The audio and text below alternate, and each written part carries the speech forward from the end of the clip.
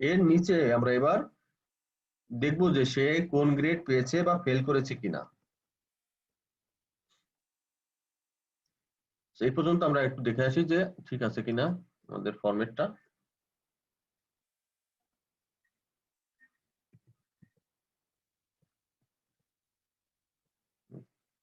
আমাদের ফরম্যাট ঠিক আছে, আমাদের ডেমোর মতো সেম ওয়েতে শো করতেছে। এটা হচ্ছে ডেমো।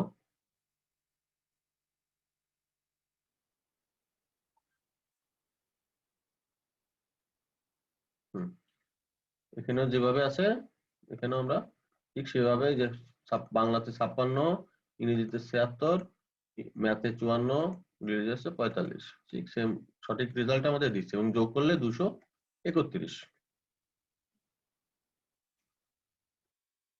তাহলে এই পর্যন্ত আমাদের ঠিক আছে। তাহলে পরবর্তী স্টেপে যাই।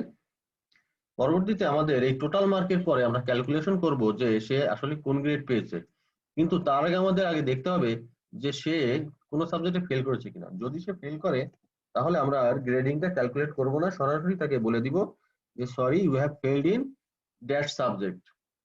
সুতরাং যদি একটা সাবজেক্টে ফেল করে তাহলে অন সাবজেক্ট, আর যদি দুইটা করে বা তিনটা করে বা চারটা করে তাহলে সেই অনুযায়ী সেই সাবজেক্ট, সেই কয়টা সাবজেক্ট। এখন আমরা একটু কন্ডিশন দিব যে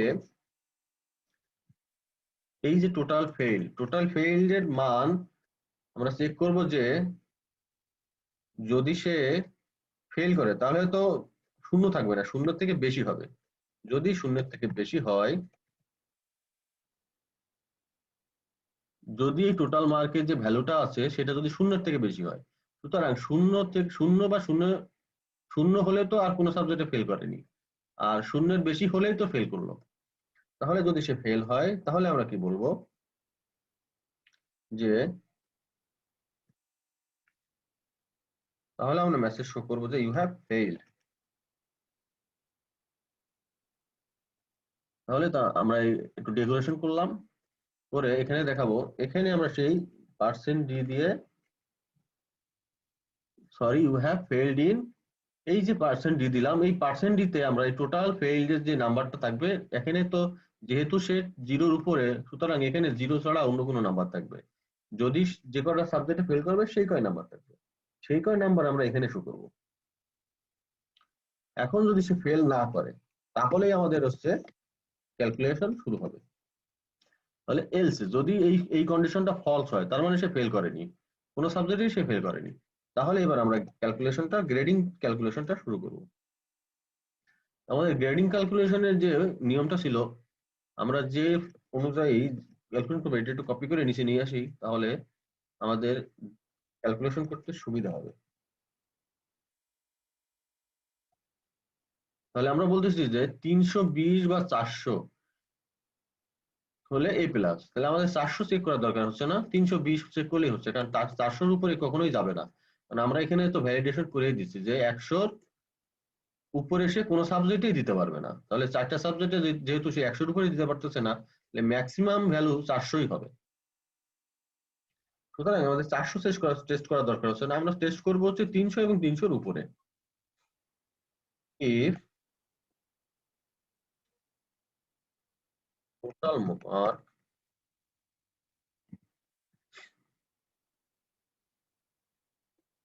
যদি হয় বড় অথবা সমান কত 320-এর উপরে, তাহলে আমরা তাকে বলবো যে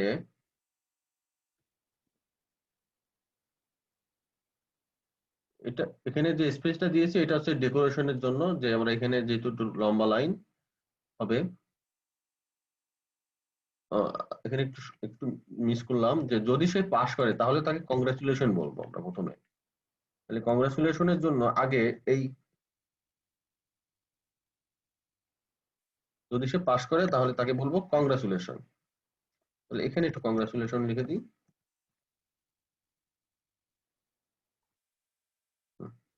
তাহলে যদি সে এ প্লাস পায় তাহলে বলবো কংগ্রাচুলেশন ইউ হ্যাভ পাসড, তারপরে বলবো 5 এবং গ্রেটার গ্রেড এ প্লাস। তাহলে এইটা যদি ফলস হয়, যদি সে 320 বা তার উপরে না পায় তাহলে কি হবে, এর পরেটা যাবো এলস ইফ। 6m, এখানে কন্ডিশন হবে 280 বা তার উপরে, 280 বা তার উপরে। এখানে যদি হয় তাহলে আমরা কি বলবো, সেমটা কপি করে নিই, নিয়ে এখানে বলি যে সে পাবে হচ্ছে 4 এবং সে কি হবে এ। এখানে একটা জিনিস লক্ষ্য করুন যে আমরা এই যে দুটো লাইন রিপিট করেছি, আমাদের যেহেতু পাস করে যাচ্ছে এর নিচে, তাহলে এই দুইটা লাইন বারবার রিপিট না করে আমরা এক জায়গায় লিখে দিতে পারতেছি। এটা ডিলিট করে দিই, এটাকে কাট করে নিই এবং এর উপরে দিতে পারি, এলস এর ভিতরে অবশ্যই। এলস এর এই যে ইফ, তার মানে সে টোটাল ফেল জিরোর উপরে হয়নি, তার মানে সে জিরো টোটাল ফেল করেনি সে। তাহলে এলস এর ভিতরে যে কন্ডিশন, তাহলে এই কন্ডিশনটা রান হবে। এই কন্ডিশন যখন রান হবে তার মানে সে পাস করছে। আমরা এখানে একবার দিতে পারি, তাহলে কি হবে যে আমরা যে পাস করছি, যে পাস করলে তো এই মেসেজটা সে কমন পাচ্ছেই। এরপরে মেসেজ চেঞ্জ হচ্ছে কোথায়, সে যদি এ প্লাস পায় তাহলে 5, আর যদি সে এ প্লাস না পায়, এ পায় তাহলে 4, এরপরে যেগুলো পাবে সেগুলো। তাহলে আমরা এই প্রোগ্রামটাই আবার কপি করে নিচে করতে পারি, শুধু আমাদের চেঞ্জ করতে হবে ভ্যালুগুলা। তাহলে আমরা এবার পরের যে টেস্টটা হচ্ছে 240 এবং তার উপরে, এখানে আমরা 240 দিতে পারি। উপরে তো এটা আসছেই, এইটা ফলস হলেই তো আমাদের এটাতে যাবে।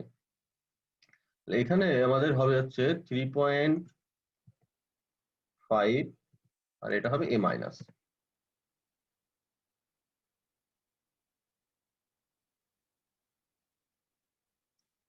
এরপরে আমরা যাই পর্যায়ক্রমে।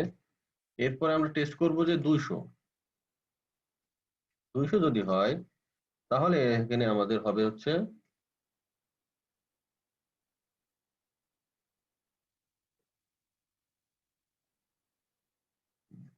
200 যদি হয় তাহলে আমরা কি বলতেছি, 200 বা 200-র উপরে হলে বি। তাহলে এখানে হবে হচ্ছে 3.00 আর এখানে হবে বি। তারপরে যদি 200 যদি সে না পায় তাহলে পাবে সে কত, 160 থেকে 199 এর ভিতরে। 160 থেকে 199 এর ভিতরে হলে 160 199, একটা জিনিস খেয়াল করুন, আমি 199 কিন্তু দিচ্ছি না। তার কারণ হলো 199 পর্যন্ত হওয়ার মানে তার উপরে যাওয়া হচ্ছে 200, 200 তো এখানে আমরা বলেই দিচ্ছি। আর এখানে বলে দিচ্ছি তার মানে হলো সে 200 যদি না পায়, 200 বা 200-র উপরে না পায়, তাহলে কত পাবে, 199 নিচে, 199 এবং 199 নিচে, তার মানে 200 নিচে পাবে সে। 200 নিচে যদি পায় তাহলে তো আমার এখানেই চলে আসতেছে। এই জন্য এখানে আবার অ্যান্ড বা অর দিয়ে আমাদের টেস্ট করতে হচ্ছে না যে এর ভিতরে আছে কিনা। তাহলে যদি 160 হয় তাহলে সে কি পাবে, সি, এবং গ্রেডিং পয়েন্ট হবে, জিপিএ হবে 2 আর এখানে হবে সি। এখন একটা জিনিস খেয়াল করুন, আমাদের কন্ডিশনের শেষে থাকে আর একটা, এই একটার জন্য আবার ইফ এলস দেওয়ার প্রয়োজন পড়তেছে না। তার কারণ হলো যদি সে 160-এর সমান বা বেশি না পায় তাহলে সে 160-এর নিচে পাবে, তার মানে হলো 159 পাবে। 159 এবং 132-এর ভিতরেই সে পাবে। তার কারণ হলো 132 যদি সে না পায় তার মানে বুঝতে হবে যে কোনো না কোনো বিষয়ে ফেল করেছে। তাহলে ফেল যদি করেই থাকে তাহলে তো প্রথমেই আমি তাকে বলে দিচ্ছি যে ফেল করেছে, তার মানে এখানে এর নিচে যাওয়া অর্থই হলো সে 132-এর উপরে পেয়েছে। সুতরাং আবার আমাদের এফ এলস দিয়ে চেক করার দরকার হচ্ছে না, এখানে আমরা এলস দিয়ে দিতে পারছি। কারণ হচ্ছে এই পর্যন্ত ফেল মানে, এই পর্যন্ত যদি ফলস মানেই হলো সে 159 বা তার নিচে পেয়েছে এবং 132 বা তার উপরে পেয়েছে।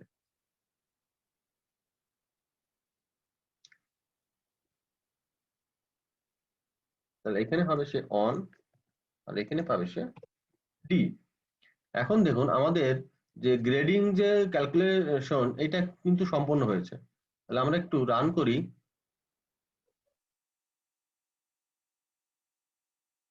রান করে এবার তাকে প্রথমে ফেল করাই একটা সাবজেক্টে। দেখেন যদি সে ফেল করে তাহলে আমাদের এখানেই সে আটকায় দিচ্ছে, তাকে তাকে বলে দিচ্ছে you have failed in on subject. তার নিচে যে গ্রেডিং যে ক্যালকুলেশনটা হয়েছে এইখানে কিন্তু তাকে পাঠাচ্ছি না।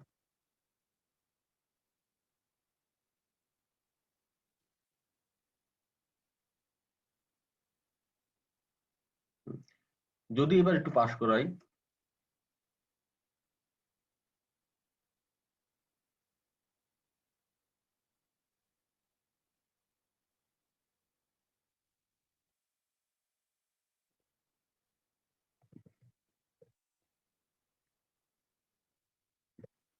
এখন দেখুন যখনই পাস করাচ্ছি তখনই আমাদের মেসেজ দিচ্ছে যে congratulation you have passed your UPA 5.0। সে 340 পেয়েছে, 340 যদি পেয়ে থাকে তাহলে 320-এর উপরে পেয়েছে। সে 320-এর উপরে যেহেতু পেয়েছে তাহলে তো আমাদের প্রথম কন্ডিশনটা ট্রু হচ্ছে।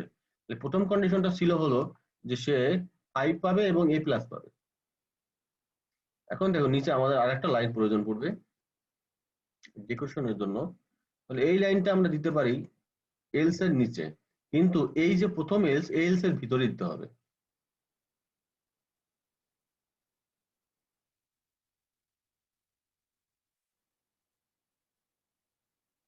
এটা দিতে হবে হচ্ছে ভিতরের যে নেস্টেড ইফ এলস করেছি সেই নেস্টেড ইফ এলস এর নিচে, কিন্তু প্রথম যে প্যারেন্ট ইফ এলস এই এলস এর ভিতরে। এবার আসি পরের স্টেপে। আমাদের ডেমোতে পরের স্টেপটা ছিল হচ্ছে যে প্রোগ্রামটা সে ইন করবে না, ইন না করে তাকে আবার একটা সুযোগ দিবে যে তুমি নতুন করে আবার দিতে চাচ্ছ কিনা। তাহলে এখন আমরা এই পরের স্টেপ, পরের ধাপে যাই।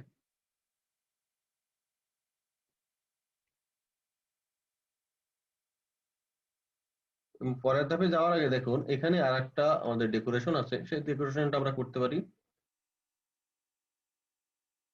এই ডেকোরেশনটা আমাদের ইফ এলস এর নিচে করলেও হচ্ছে, কারণ এটা সবার জন্য প্রযোজ্য, ফেল করলেও হবে আবার পাস করলেও হবে। এখন আমি তাকে বলতেছি যে প্রিন্টএফ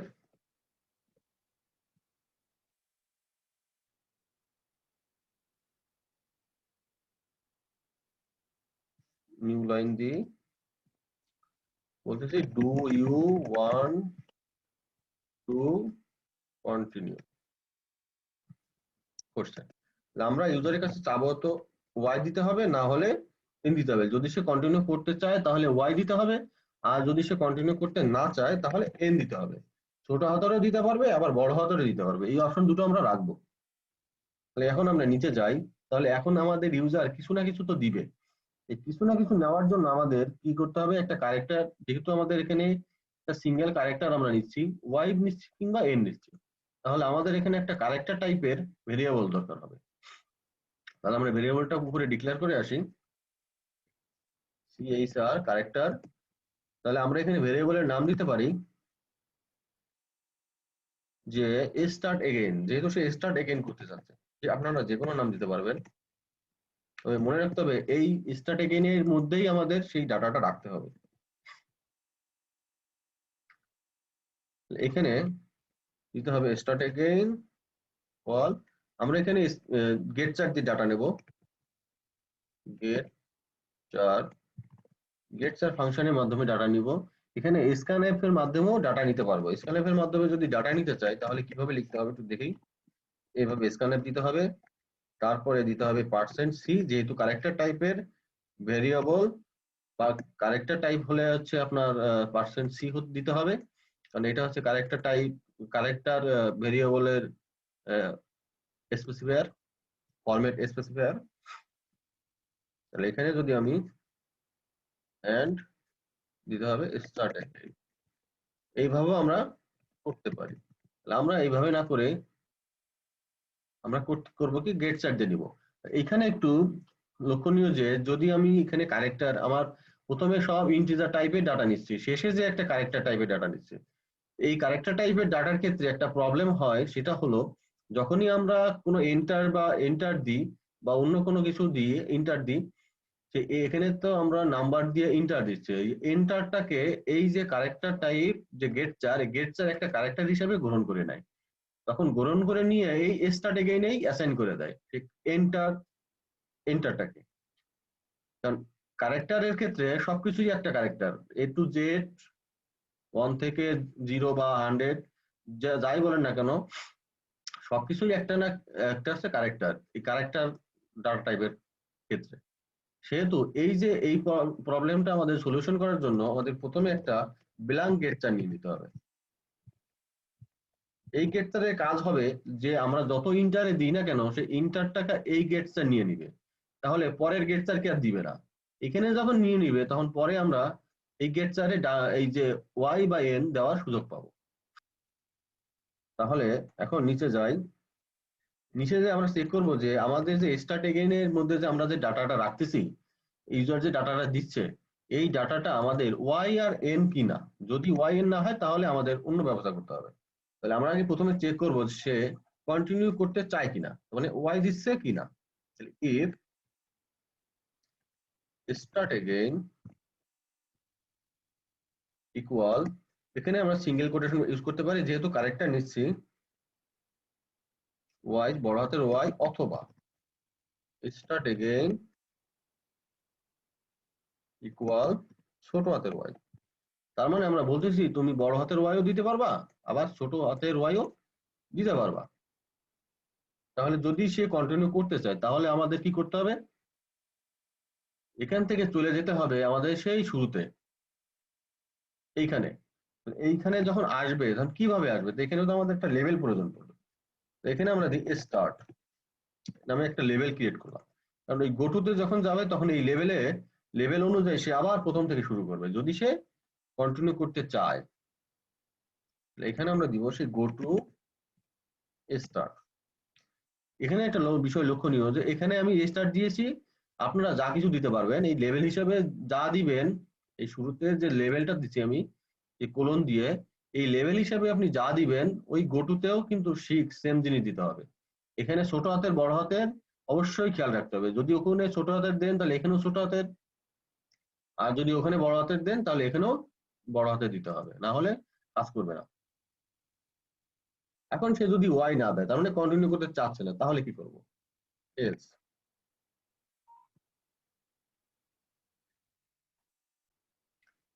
এখন এলসে এসে আমরা চেক করব যে সে ওয়াই তো দিল না, তাহলে কি হলো সে ওয়াই না দিয়ে চলে, তাহলে আমরা চলে গেলাম এলসে। এখানে আমরা ইফ এলস দিয়েও করতে পারি, যেহেতু আমরা নেস্টেড শিখেছি এর পূর্বে, আমরা নেস্টেড দিয়েই কাজ করি এবং আমরা উপরে নেস্টেডই ব্যবহার করেছি। তাহলে এখন আমরা এখানে চেক করতে পারি যে সে, আপনারা ইফ এলস দিয়েও করতে পারেন। ইফ এলস যদি করতে হয় তাহলে ইফ এলস দিয়ে সেম জিনিসটা চেক করতে হবে, দিয়ে এখানে এন বড় হাতের, এখানে ছোট হাতের এন, ঠিক এই কাজটা করে তাহলে এখানে এন এন হলে এক্সিট করে যাবে। তাহলে আমরা এখানে ইফ এলস দিয়ে করতে পারি। আমরা এখানে যদি এক্সিট দিই, এক্সিট এর ভিতরে একটা ইন্টিজার টাইপের ডাটা দিতে হয়, অন অথবা জিরো। জিরো মানে হচ্ছে সাকসেসফুলি কোনো প্রবলেম হয়নি এই জন্য এক্সিট করতেছি, মানে সাকসেসফুল এক্সিট। আর অন যদি আমরা দিই এখানে, তার অর্থ হবে যে আমাদের প্রোগ্রামে কোনো প্রবলেম হয়েছে, ইরর হয়েছে, সেই ইররের কারণে এক্সিট করতেছে। যেহেতু আমাদের এরকম কোনো সমস্যা না, আমরা জিরো দিতে পারি। ঠিক এফ এলস দিয়ে এভাবে করা যায়। আচ্ছা এফ এলস দিয়ে করে ফেলছি, তাহলে এভাবে রাখি। তারপরে দিতে হবে এলস। যদি সে ওয়াইও দিল না আবার এনও দিল না তাহলে আমরা তাকে কি বলবো, তাহলে তাকে আমরা বলবো যে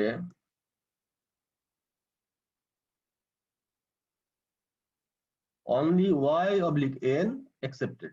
তার মানে তুমি ওয়াই ওয়াই দিতে হবে, না হয় এন দিতে হবে, এছাড়া অন্য কিছু দিলে আমি নিব না। তাহলে এখানে একটা বিষয় দেখেন, যখনই সে ওয়াই বা এন দিবে না তখন আবার একসেপ্টেড করতেছি না, তখন কি করব, তখন আবার তাকে এইটাই মেসেজ দিব যে do you want to continue. জানো এখানে আবার নিয়ে যাব যেহেতু সে ভুল দিছে, ওয়াইও দেয় নাই আবার এনও দেয় নাই, তাহলে তাকে আরেকবার আরো সুযোগ দিব যে তুমি আবার দাও। তাহলে এখানে যেতে গেলে আমাকে তো আবার গোটু লাগবে। তাহলে এখানে গোটু, গোটুকে বলতে হবে আমি কোথায় যাব, তখন এখানে আবার একটা লেভেল দিতে হবে, যে এখানে আমরা যে কোনো নাম দিতে পারি, যেহেতু আবার দিচ্ছি ট্রাই এগেইন। ট্রাই দেওয়া যাবে না কারণ ট্রাই হচ্ছে আপনার কিওয়ার্ড, এখানে ট্রাই ব্যবহার করা যাবে না। তাহলে এখানে চলে যাচ্ছে ট্রাই এগেইনে। এখন দেখুন আমাদের প্রোগ্রামটা আমরা যে ডেমো ডেমো অনুযায়ী ট্রাই করে ফেলেছি, একটু রান করে দেখি। এখানে একটা বিষয় লক্ষণীয়, দেখেন মেসেজে বলতেছে যে যদি এক্সিট, যেহেতু আমরা এক্সিট ব্যবহার করেছি সেহেতু আমাদের একটা হেডার ফাইল প্রয়োজন পড়বে। সেই হেডার ফাইলটা কি, এখানে দেখেন রেডও দিচ্ছে, প্রোগ্রাম রান হচ্ছে কিন্তু একটা ওয়ার্নিং দিচ্ছে আমাদের। এই হেডার ফাইলটা আমাদের উপরে ডিক্লেয়ার করে দিতে হবে এক্সিট ব্যবহার করার কারণে। এক্সিট ফাংশনটা ব্যবহার করতে হলে আমাদের এই হেডার ফাইলটা প্রয়োজন হবে। হেডার ফাইলটার নাম হলো stdlib, অর্থাৎ স্ট্যান্ডার্ড লাইব্রেরি। std হচ্ছে স্ট্যান্ডার্ড, lib হচ্ছে লাইব্রেরি। তো স্ট্যান্ডার্ড লাইব্রেরি নামে একটা হেডার ফাইল নিতে হবে std.h। তাহলেই কেবল আমরা এই যে উইদাউট এনি ওয়ার্নিং আমরা এই যে এক্সিট ফাংশনটা ব্যবহার করতে পারবো। তাহলে আমাদের এই যে এখন যে ওয়ার্নিংটা দিচ্ছে এটা কিন্তু কোনো এরর দেয় নাই, ওয়ার্নিং দিচ্ছে, তাহলে ওয়ার্নিংটা আমরা ব্যবহার করতে পারবো। মানে ওয়ার্নিংটা শো করবে না এই হেডার ফাইলটা ডিক্লেয়ার করার কারণে। এখন আমরা রান করে দেখি, দেখুন এখন কোনো ওয়ার্নিং নেই এবং প্রোগ্রাম রানও হচ্ছে। তাহলে এখন আমরা একটু কাজ করি, দেখি মার্ক দিই প্রত্যেকটা সাবজেক্টে। যেহেতু এটুকু আমরা টেস্ট অলরেডি করে ফেলেছি, এখন দেখুন যে আমাদের ডেমোতে যেভাবে ছিল, যে পাশেরটা আছে ডান পাশেরটা ডেমো, ডেমোতে যেভাবে ছিল ঠিক সেই একই ভাবে আমরা এখানে রেজাল্টটা পাচ্ছি। এবং এখানেও বলতেছে do and continue, do and continue. এইখানে যদি আমি দিই ওয়াই, তাহলে দেখুন আবার সেই welcome to grading calculator, right or mark. আবার যদি আমরা এখানে ডেমো এখানে যদি দিই, আমরা এখন যেটা করতেছি সেটা হচ্ছে এই আমার বাম পাশেরটা, এখানে যদি ওয়াই দিই তাহলে দেখুন সেম আউটপুটটাই আমাকে দেখাচ্ছে। তাহলে এখন আমরা আরেকটা মার্ক ক্যালকুলেট করি এবং এটা ফেল করাই।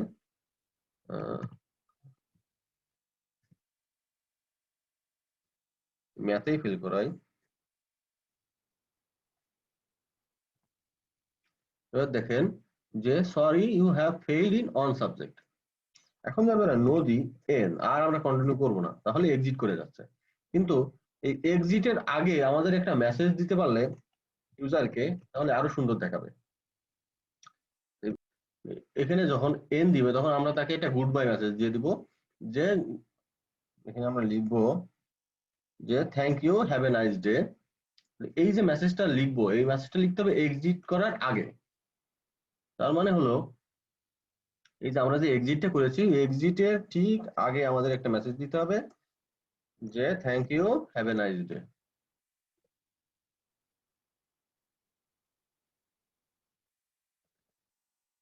এখন যদি আমরা প্রোগ্রামটা রান করি,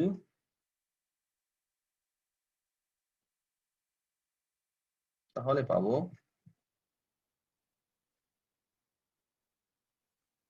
যে একটা নাম্বার দিয়ে, ওখানে বেশি দিয়ে ফেলছি এই জন্য নেয়নি। এখন দেখুন যদি আমরা নো বলি তাহলে কি বলতেছে যে thank you, have a nice day, এবং প্রোগ্রাম থেকে বেরিয়ে আসতেছে। তাহলে আজকে আমরা যা যে পর্যন্ত যে প্রজেক্টটা করলাম, ছোট্ট একটা প্রজেক্ট করলাম, প্রত্যেকটা সাবজেক্ট আলাদা আলাদা ক্যালকুলেট না করে আমরা টোটাল পেপারে করলাম, কারণ ক্যালকুলেট করতে গেলে অনেক প্রোগ্রাম লিখতে হবে। একই প্রোগ্রাম বারবার বারবার, এখন আমরা একই প্রোগ্রাম বারবারই ব্যবহার করেছি, যে সেম প্রোগ্রামটা আমরা বারবার ব্যবহার করেছি। তাহলে এই যেটুকু আমরা দেখলাম যে প্রথমে আমরা যে প্রজেক্ট এই ছোট প্রজেক্টটা করলাম, প্রথমে আমরা ভেরিয়েবল ডিক্লেয়ার করে নিলাম, তারপরে আমরা কি করলাম দুইটা ভেরিয়েবল, যেহেতু আমাদের ক্যালকুলেট হচ্ছে, মার্ক যোগ হচ্ছে, সেই জন্য আমাদের এই দুটো ভেরিয়েবলের মান 0 করে দিলাম। এইখানে একটা জিনিস খেয়াল করেন যে আমরা স্টার্ট যে লেভেলটা দিয়েছি এটা কিন্তু এই যে 0 করার আগে দিয়েছি। তার কারণ হলো যে আমরা যখন প্রথম ক্যালকুলেট করব তখন এই টোটাল মার্ক এবং ফেলের মধ্যে মান থাকতে পারে। টোটাল মার্কের মধ্যে তো অবশ্যই থাকবে যেহেতু প্রতিবার আমরা যোগ করতেছি, আর টোটাল ফেলের মধ্যে থাকবে তখনই যখন আমার কোনো সাবজেক্ট ফেল হবে। তখন এই প্রোগ্রামটা যখন আমার এই শেষ পর্যন্ত আসবে, এই যে আমার এই যে গোটু পর্যন্ত আসবে, এই গোটুতে আসার আগেই ওই যে দুটো ভেরিয়েবলের ভিতরে অলরেডি মান থাকবে। এইটাতে অবশ্যই থাকবে, আর এটাতে থাকবে যখন কোনো ফেল করবে। তাহলে কি হবে যে আমার যদি এই টোটাল ভেরিয়েবলের এটা যদি স্টার্টার আগে দিই, অর্থাৎ এখানে না দিয়ে যদি এই লেভেলের আগে যদি দিয়ে যাই, তাহলে কি হবে এই স্টার্টটা তো এখান থেকে আবার শুরু করবে। তার মানে কি, যখন এখান থেকে আবার শুরু করবে তখন এখানে যে বাংলার মার্কটা হবে, এইটা আগে যে টোটালের যে মার্কটা থাকবে, এই যে প্রথমবার রান বা দ্বিতীয়বার রান করার পরে যে টোটালটা থাকবে সেই টোটালটার সাথে আবার যোগ করবে। তো সেক্ষেত্রে আমরা সঠিক ভ্যালুটা পাবো না। কারণ হলো যে প্রথম যে স্টুডেন্টের যে মার্ক ধরুন 300, তখন আবার যখন কোনো স্টুডেন্টের মার্ক ক্যালকুলেট করব এই পদ্ধতিতে, যে এটা যদি পরে দিয়ে করি, তাহলে কি হবে, 300-র মধ্যে যে পরের স্টুডেন্ট যদি আবার সে 300 পায়, টোটাল মার্কের ঘরে চলে যাবে 600। তো সেক্ষেত্রে আমাদের তো 600 তো হতে পারে না, কারণ আমাদের সর্বোচ্চ লিমিট হচ্ছে 400। এই যে প্রবলেমটা সলিউশনের জন্য আমাদের এই কাজটা অবশ্যই করতে হবে যে লেভেলের পরে আমাদের এই জিরোটা করতে হবে। সেক্ষেত্রে কি হবে, এটা যখন প্রথম রান করলাম, ধরেন এখানে ছিল হচ্ছে 300, যখন আবার এটা আমার স্টার্ট থেকে শুরু হচ্ছে, তখন এখানে প্রথম এই 300টা মুছে যে জিরো আসতেছে, এখন এখানে প্লাস ব্যবহার করিনি, সরাসরি অ্যাসাইন করে দিয়েছি, আর এখানে হচ্ছে প্লাস করে দিয়েছি। এটা খেয়াল রাখবেন। ফেইলের ক্ষেত্রে ঠিক সেম, প্রথমবার যদি সে অন থাকে তাহলে আবার সে কিন্তু জিরোতে চলে যাচ্ছে, আগের অনটা মুছে যে সে অ্যাসাইন করতেছে কি জিরো, এখানে জিরো কিন্তু যোগ করতেছে না বা বিয়োগ করতেছে না, কিছুই করতেছে না, সরাসরি অ্যাসাইন করতেছে। তার মানে একটা সিঙ্গেল অ্যাসাইন অপারেটর দিয়ে আমরা সরাসরি অ্যাসাইন করে দিচ্ছি। এই অ্যাসাইন করার কারণে আমাদের প্রোগ্রামটা এইভাবে ক্যালকুলেট হচ্ছে, এবং প্রতিবার যখন শুরু করতেছে তখন এই টোটাল এবং ফেইল্ডে সে সবসময় জিরো ধরে কাউন্ট করতেছে। কারণ সেই জিরো ধরার কারণে যে আগের ভ্যালুটা মুছে যে নতুন ভ্যালুটা যেহেতু থাকতেছে, তাহলে আমাদের এই যে এখানে যে গ্রেডিং ক্যালকুলেটর আমরা করতেছি, তাহলে গ্রেডিং ক্যালকুলেটরটা আমাদের সঠিক আসবে।